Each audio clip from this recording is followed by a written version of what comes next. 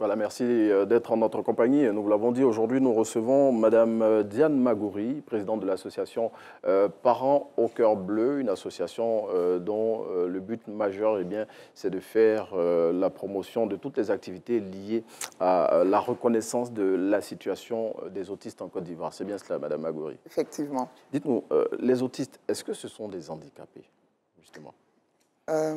Merci déjà pour l'aubaine que vous nous donnez. La personne autiste est une personne en situation de handicap, comme le dit le monde entier. Mais en réalité, l'autisme est un état d'être puisqu'on n'en guérit pas. Et donc, les personnes en situation d'autisme sont des personnes handicapantes pour d'autres personnes qui ne le sont pas. Sinon, eux, ils sont des personnes normalement constituées et donc c'est d'essayer de perfectionner, de les emmener à aller au mieux à travers une éducation spécialisée, ça sous-entend. C'est les aider, répéter, aller à la répétition avec eux, ne jamais abandonner et tirer le meilleur d'eux. Bon, l'objectif, comme je le disais, de votre association, justement, c'est de faire en sorte que la situation des autistes soit mieux connue et surtout faire en sorte que la prise en charge effective des personnes autistes soit une réalité en Côte d'Ivoire. Mais malgré les nombreuses campagnes de sensibilisation que vous faites à votre humble niveau et que d'autres associations comme la vôtre font aussi, les autistes sont toujours stigmatisés. Est-ce à dire que votre travail il ne porte pas? Le travail commence à porter parce qu'aujourd'hui, nous constatons que la Journée mondiale de l'autisme est un peu plus vue en Côte d'Ivoire. Mais en même temps, il faut comprendre que tout part des traditions. Oui. L'autisme était méconnu et il l'est encore dans différentes contrées du pays. Oui. Et donc, il faut sensibiliser, continuer à sensibiliser, mais aussi attirer l'attention des services publics. Oui. Parce que tant que le public ne s'y intéresse pas véritablement, ça restera comme une goutte d'eau dans la mer, toutes les campagnes de sensibilisation que nous faisons. Et à notre humble niveau, en tant que parents, nous essayons de dépasser tous les clichés qui existent. Et c'est déjà quelque chose de grand. Faire sortir un parent de sa peur, de sa crainte, de sa blessure, oui, pour venir parler de son enfant, c'est quelque chose de grand. Et si les oreilles attentives prennent le relais, c'est sûr que tout ce que nous disons par rapport à la personne autiste sera mieux perçu. Bon, en parlant d'oreilles attentives, justement, on sent dans vos propos que la lutte n'est pas aisée parce que depuis de longues années, justement, vous avez engagé cette lutte-là pour un changement de mentalité des populations et des décideurs sur cette question-là de l'autisme en Côte d'Ivoire, mais c'est véritablement compliqué à vous entendre parler. C'est compliqué parce que l'autisme lui-même, c'est quoi? Les gens ne savent pas. Le handicap, depuis belle lurette, est perçu comme une malédiction en Afrique. Oui. Et donc, si nous... Vous voulez parler de l'autisme même parce non, que le handicap en général est perçu comme une malédiction. Oui. Et donc, sort de ce lot tout handicap physique visible. Oui. Et donc, l'autisme est un handicap invisible parce qu'une personne autiste, son handicap n'est pas perçu. Quand on voit une personne autiste et qu'on arrive à dire qu'il est autiste, c'est qu'il y a un autre trouble associé. C'est quoi ce trouble? Il peut avoir tous les troubles. Il peut avoir, par exemple, une maladie qu'on appelle IMC, il peut avoir de la trisomie associée. Mais quand c'est une personne autiste qui est réduite de ses capacités de compréhension, de socialisation, vous verrez que ce n'est pas physique. C'est une personne que vous allez voir, par exemple, dans la rue, que vous allez saluer, ne va pas répondre parce qu'il est peut-être non-verbal. C'est une personne qui a peur du public parce qu'il a été contraint à rester chez lui parce que ses parents ont eu peur du regard des autres. Et donc, c'est forcément la société qui décide de ne plus juger et de sortir des stigmatisations qui va emmener les familles et les personnes autistes à être mieux acceptées et à émerger. Donc, c'est tout un processus. Parlons des services publics. Oui. Tant que nous ne continuons pas à brandir nos enfants comme des héros, tant que nous ne continuons pas à faire sortir ces enfants-là pour montrer leur existence et changer les mentalités quant à la vision qui est que quand un enfant ne rentre pas dans les codes, c'est que c'est un enfant maudit, nous-mêmes, nous allons accompagner les services publics à tuer leur existence. Si nous décidons d'en parler, ça va se faire aisément et c'est ce que nous faisons. D'où le combat que vous menez au sein de votre association, les parents au cœur bleu, qui aident ces parents-là d'enfants autistes à, comme vous le dites, dépasser leur peur et à montrer de plus en plus leurs enfants. Mais vous avez dit quelque chose tout à l'heure qui est assez intéressant que je voulais relever. Vous avez dit que les autistes, pour ceux qu'on détecte tout de suite à la vue, c'est qu'ils ont une autre maladie qui est associée. Ça veut dire qu'autour de nous, peut-être qu'on dépasse chaque jour des personnes autistes qu'on ignore. Là, je peux vous rassurer. Oui. Vous dépassez des personnes autistes que vous ignorez parce qu'une personne autiste, pour parler, je suis maman, moi-même, mon fils, vous ne verrez aucun signe.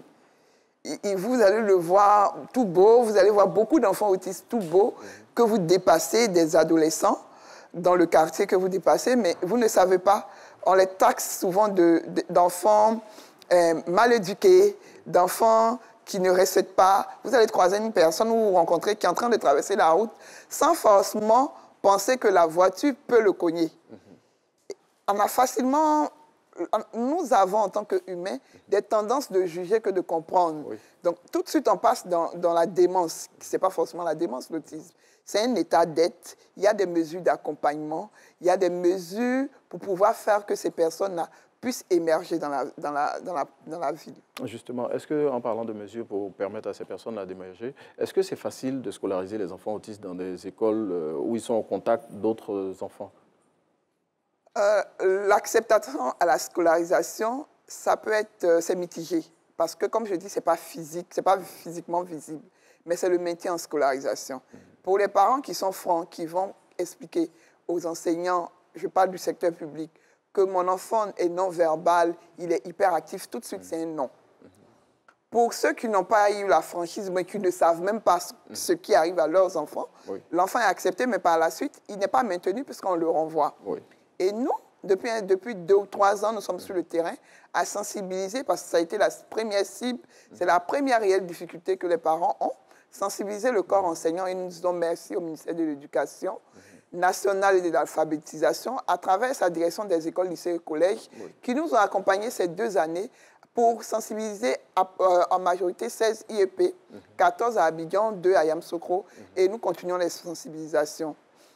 Et ces IEP-là dont vous parlez acceptent les enfants autistes dans les établissements? Oui, ils acceptent les enfants autistes. Ils ont commencé à accepter les enfants autistes. Mais il y a aussi qu'il faut comprendre que les enseignants ne sont pas formés ou outillés sur la question. Oui, avec les enfants autistes, il faut aller par échelle, surtout échelle des résultats. Pour nous, les parents, il faut que nous comprenions qu'envoyer un enfant autiste dans un établissement public, c'est d'abord lever l'étiquette de rejet. Apprendre l'enfant à se socialiser. Quand il est socialisé, tout de suite, vous voyez qu'il y a quelque chose, il y a un déclic qui se fait. Il commence à regarder les gens droit dans les yeux. Il commence à comprendre que son univers n'est pas limité à ses parents et qu'il y a d'autres enfants auprès desquels il peut apprendre. Et surtout, j'imagine qu'il a un peu plus confiance en lui aussi. Il sort de sa bulle. Il sort de sa bulle. Il se sent un peu plus aimé. Voilà, et donc ça commence. Mais justement, parlant de cela, sociabiliser les enfants, dans nos croyances africaines, les enfants autistes généralement sont traités d'enfants serpents, de tout ce qu'on peut imaginer, tous ces clichés-là qui, je pense, sont dus à la méconnaissance que la plupart des populations ont de cette situation de l'autisme. Qu'est-ce que vous faites justement pour pouvoir faire changer les mentalités à ce niveau-là? Déjà, dans nos croyances africaines, comme vous le dites, merci, c'est un point très important que vous soulevez, c'est ancré. Et les premières personnes à lever ce cliché, ce sont les parents. Pourquoi les parents? Parce qu'à force d'avoir entendu qu'avoir un enfant en situation de handicap qui ne respecte pas les causes est un enfant maudit, un enfant serpent, le parent finit par être en retrait. Si le parent commence à se dire « c'est un enfant comme tout autre, je ne l'ai pas payé, c'est une grâce d'avoir un enfant. Et donc, peu importe ce qui lui arrive, il est en mon devoir de faire cet enfant-là mon trophée et donc de le présenter. » Une fois que c'est fait à la petite échelle, vous allez voir que les voisins vont commencer à s'y intéresser et tout va être levé. Donc aujourd'hui, nous travaillons sur la santé mentale des parents pour leur dire qu'ils sont les premiers responsables par rapport à l'évolution de leurs enfants. Ok, et puis je dis, pour la prise en charge des enfants autistes, il y a plusieurs spécialités qui entrent en ligne de compte. Et on va citer les pédopsychiatres, les éducateurs spécialisés, les neurologues. Bon, il y a plusieurs spécialités. J'imagine que ça doit être difficile au quotidien, financièrement, en plus de la charge morale que ça crée pour les parents. C'est justement cela qui crée le gros problème, parce que hormis les stigmatisations, Oui. il y a aussi le coût élevé de la prise en charge pluridisciplinaire. Au-delà du coût élevé de la prise en charge pluridisciplinaire, nous constatons que le protocole n'est pas clairement établi. Oui. C'est-à-dire que quoi? Aujourd'hui, on pourrait vous dire, si vous êtes souffrant, ou bien si vous êtes handicapé physique, vous allez voir un kiné, vous allez vous masser tout et tout. Oui. Pour l'autisme, vous arrivez depuis le pédiatre. Il ne sait pas où vous orienter. Oui. Quand vous vous renseignez, que vous tombez sur un pédopsychiatre, c'est vraiment des rendez-vous qui vont jusqu'à 2 ans. Dans le cas de l'autisme, il faut comprendre que toutes les minutes comptent. C'est à répéter, répéter, répéter. Et donc, tout compte. Plus l'enfant grandit, ça commence à être compliqué de pouvoir l'emmener à assimiler certaines choses. Oui, oui. Et donc, c'est coûteux. Oui. C'est une prise en charge pluridisciplinaire. Il faut d'abord voir le pédopsychiatre, il n'y en a pas beaucoup, ou le neurologue pour voir s'il y a des troubles neurologiques associés. Ensuite, il faut aller à l'éducateur spécialisé, l'orthophonie, s'il ne parle pas. Il y a maintenant les psychomotriciens pour activer. Il y a beaucoup. Il y a toutes ces choses-là, et donc, toutes ces étapes-là à bagatelle, à en moyenne, c'est 500 000 francs par mois de prise en charge pour un seul enfant. Ouh là là. Bon, franchement, je veux dire, c'est tellement lourd, hein, ce que vous êtes en train de dire, que tout ce qu'on peut vous souhaiter, c'est vraiment du courage. J'imagine qu'il n'existe pas de programme spécial en Côte d'Ivoire pour la prise en charge des enfants autistes. C'est la raison pour laquelle vous êtes en première ligne au niveau de l'association. Oui, oui, mais vous voyez, quand on dit sensibiliser, c'est bon parce que ça commence à porter. Au niveau du ministère de la Santé, à travers son programme national de santé mentale, il y a quelque chose qui est en train d'être fait et nous espérons que cela pourra être pérennisé. De telle sorte que on n'attendra pas que les parents se décarcassent pour avoir le diagnostic, mais ils ont mis sur place un projet de détection des signes précoces au travers détection des signes précoces en formant le personnel de santé de première ligne, c'est-à-dire les infirmiers, les sages-femmes. Et nous sommes très fiers, mais comme en tant que parents, nous attendons la faisabilité. Oui, mais en tout cas, c'est tout l'espoir qu'on a et surtout à travers ce que vous avez dit, les lignes bougent. J'imagine que la plupart des enfants, après ces traitements-là, ils arrivent à parler pour ceux qui n'ont pas l'usage de la parole. Il y a beaucoup qui arrivent à parler, mais il y a aussi que tout n'est pas lié à la parole. Il y a la communication verbale, il y a la communication non verbale. Moi, mon fils, il est non verbal, mais nous communiquons assez bien. Et je lui fais un gros bisou parce que c'est par lui que j'ai commencé à une personne révélée et une personne vraie. Mais en tout cas, on sent la joie dans votre façon de parler et surtout, on sent que le combat que vous êtes en train de mener, ils avancent. Venez avec nous, Madame Diane Magouri, je le rappelle, présidente de l'association des parents au cœur bleu, association dont l'objectif justement est de faire en sorte que la situation des autistes en Côte d'Ivoire soit mieux reconnue et surtout que la prise en charge soit effective dans notre